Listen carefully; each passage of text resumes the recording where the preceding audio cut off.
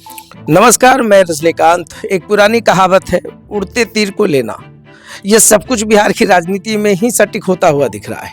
13 अक्टूबर को पूर्णिया के निर्दलीय सांसद पप्पू यादव ने लॉरेंस बिश्नोई पर एक ट्वीट किया था। और ये ट्वीट कब किया? जब महाराष्ट्र के सबसे बड़े कद्दावर नेता बाबा सिद्दीकी की हत्या होती है और उस हत्या की जवाबदेही लॉरेंस बिश्नोई गैंग स्वीकार करता है। और उसके बाद पप्पू यादव, एक और भी कहावत में मैं ऐड करूंगा कि बेगानी की शादी में अब्दुल्ला दीवाना।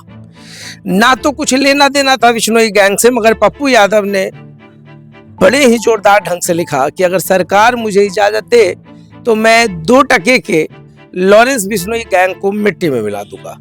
वो तो कुछ नहीं हुआ, भावनाओं में बह गए।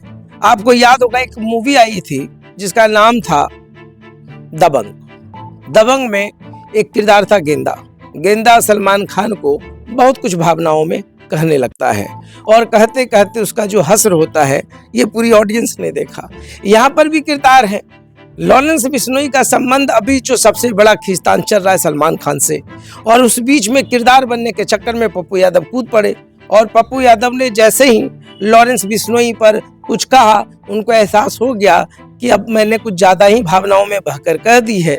मगर चूंकि बिहार में एक रॉबिन हुड की भूमिका में रहे हैं पप्पू यादव को दबंग सांसद माना जाता रहा है। पप्पू यादव संसद भवन में भी चीख चीख कर बोलते हैं। उनके बाद जब मीडिया ने पूछा कि पप्पू यादव जी लॉरेंस बिश्नोई, तो कहते हैं कि ज्यादा तेज नहीं बनो, तुम लोग ज्यादा तेज बनता है। मतलब एक डर इस चीज का था कि आज न कल मुझे लॉरेंस बिश्नोई गैंग की तरफ से कहीं कोई फोन ना आ जाए। और मैं बताता हूं कि जब ट्वीट किया गया था तो ऐसी मेरी आशंका थी और मुझे लग रहा था, एहसास हो रहा था, इसलिए मैंने पहले भी कहा था कि कहीं यह ट्वीट जो है साबरमती जेल ना चला जाए। अगर आसपास किसी लोगों के हाथ में लग गया तो पता नहीं पप्पू यादव को भी धमकी ना मिलना शुरू हो जाए। मगर देखिए, 2 दिन पहले ऐसा ही हुआ। पप्पू यादव को लॉरेंस बिश्नोई गैंग के गुर्गों ने जबरदस्त धमकी दे डाली। पप्पू यादव की जो आवाज थी उसमें हाँ ना, हाँ और ना ही चलता रहा। और पप्पू यादव जब तक कुछ समझ पाते, कह पाते, लॉरेंस बिश्नोई गैंग के गुर्गों ने तो उनके लाइव लोकेशन तक को बता दिया और कह दिया कि कहाँ कहाँ तुम्हारा ठिकाना है। आपको हम मानते थे बड़े भाई की तरह, क्योंकि आप हमेशा युवाओं की आवाज उठाते थे, मगर आपने मेरे लॉरेंस भाई के बारे में कहा है तो अब आप सोच लीजिए। वही दूसरे गुर्गे ने तो कहा कि रेस्ट इन पीस कर दूंगा, और ऐसा ना हो कि आपकी जो गाड़ी और काफिला है कहीं उसके बीच में ही आपका काम तमाम ना हो जाए। उसके बाद से पप्पू यादव की जो आवाज थी वो सुनने लायक थी। बहुत ज्यादा अग्रेसिव होके बोल ही नहीं रहते, हाँ या ना। फिर इन्होंने कहा कि नहीं, मेरा कोई लेना देना नहीं है, मैं कभी बीच में नहीं आऊंगा। पप्पू यादव अजीब अजीब तर्क भी देने लगे।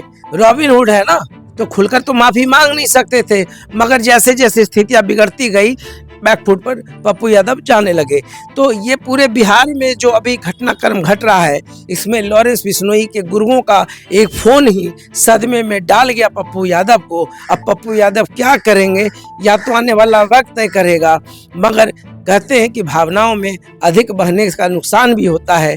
वो तो पप्पू यादव के एक ट्वीट ने तो चरितार्थ करके दिखा दिया। इस ट्वीट के क्या मायने हैं ये अन्य लोग भी समझेंगे। लॉरेंस बिश्नोई गैंग के लोगों ने तो पप्पू यादव को कह दिया है कि हमारा तुम्हारा कोई लेना देना नहीं है, मगर हमारे बीच में ना हो, लॉरेंस के बीच में ना हो। तो बिहार की राजनीति में क्या कुछ देखना बाकी है, पप्पू यादव क्या कदम उठाएंगे। वाई सिक्योरिटी की तो पूरी व्यवस्था है, अब और कितना सुरक्षा चाहिए, क्या कुछ नहीं होगा, क्या कुछ होगा। तो देखते रहिए सार्थ। बहुत बहुत धन्यवाद।